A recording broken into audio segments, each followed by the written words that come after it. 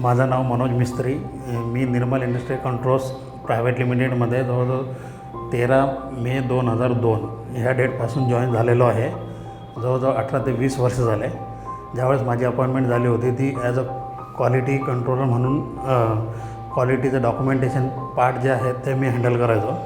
त्याच्यानंतर 2006 आणि 2007मध्ये माझी ट्रान्सफर झाली ती पर्चेस डिपार्टमेंटला.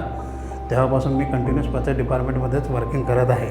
त्याच्यानंतर माझी ही जी ट्रान्सफर झाली ती कुठल्या बेसिसवरती झाली, जसं की माझ्या मॅनेजमेंटने माझ्यावरती जो विश्वास दाखवला, जसं मी डॉक्युमेंटेशन पार्ट हँडल करत होता, पण त्यावेळेस पर्चेस डिपार्टमेंटला एक वॅकन्सी ओपन झाली. त्याकरता 3 जणांनी अप्लाय केलेला होता.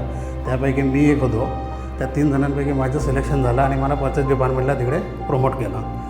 आणि तेव्हापासून तर आतापर्यंतचं जे माझ्या मॅनेजमेंटने डिसाईड केलं होतं त्यांच्या बेसवरती मी खरा उतरलेलो आहे. म्हणजे त्यांनी जो कन्सिडर केलं होतं की बाबा हा मुलगा करू शकतो का नाही करू शकतो, त्या बेसिसवरती मी आतापर्यंत इथपर्यंत आलेलो आहे 20 वर्षामध्ये. आणि अजूनपर्यंत मॅनेजमेंटला कुठलाही प्रॉब्लेम आलेला नाही आहे.